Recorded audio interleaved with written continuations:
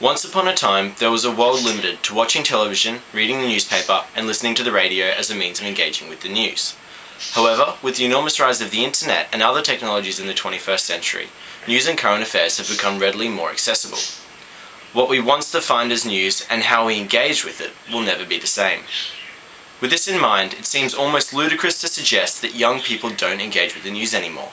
Therefore, this discussion will prove otherwise. Mindich argues in his 2005 book, How Tuned Out Are They?, that young people are following the news less than their elders do and less than young people once did. While this may be true in the traditional sense, that is, television, radio, and newspapers, it quite simply illustrates the shift to more unconventional methods of engaging with the news.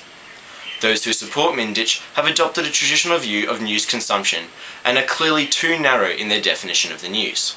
So, what then is the news? In his Week 6 lecture, Harrington notes that there is no simple answer. However, ultimately it is something that keeps citizens informed about the democratic institutions and any other information or events that affect them. Today's mainstream news forms obviously don't adhere to this definition enough to maintain a strong youth audience. Graham Turner supports this, noting that mainstream news fails to engage with the youth of today. Consequently, society has seen a merging of entertainment and news that has moved beyond the mainstream ways of presenting current affairs. According to research, television programs The Chase's War on Everything and The Panel have been recognised as legitimate news sources by youth audiences. Harrington, in his Week 6 lecture, notes that young people appreciate their ability to explain complex news issues in an entertaining and engaging way. Traditional forms, however, are failing to relate and thus are becoming redundant in the youth's eyes. Fisk further supports youth's shift away from traditional news forms, stating, "Frequently the events that news covers will be distant from the everyday lives of its viewers, and, if there are no relevancies between the text and the everyday lives of its readers, there will be little motivation to read it." It is no surprise then that people, in particular the youth, engage with mediums such as the internet.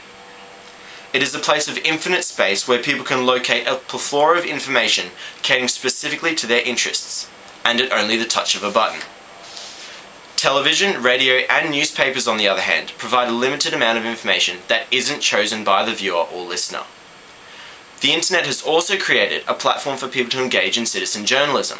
Active youth engagement in particular has become increasingly popular.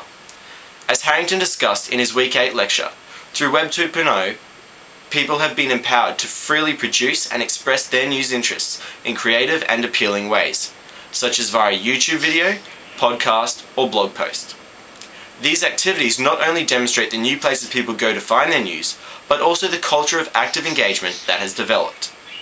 In conclusion, it would be erroneous and narrow-minded to suggest that a decrease in youth interaction with traditional media sources represents a disenchantment with news altogether.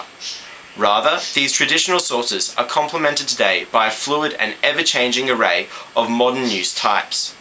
It is the interaction between youth and these newly emerging texts that ensures young people today continue to engage with the news.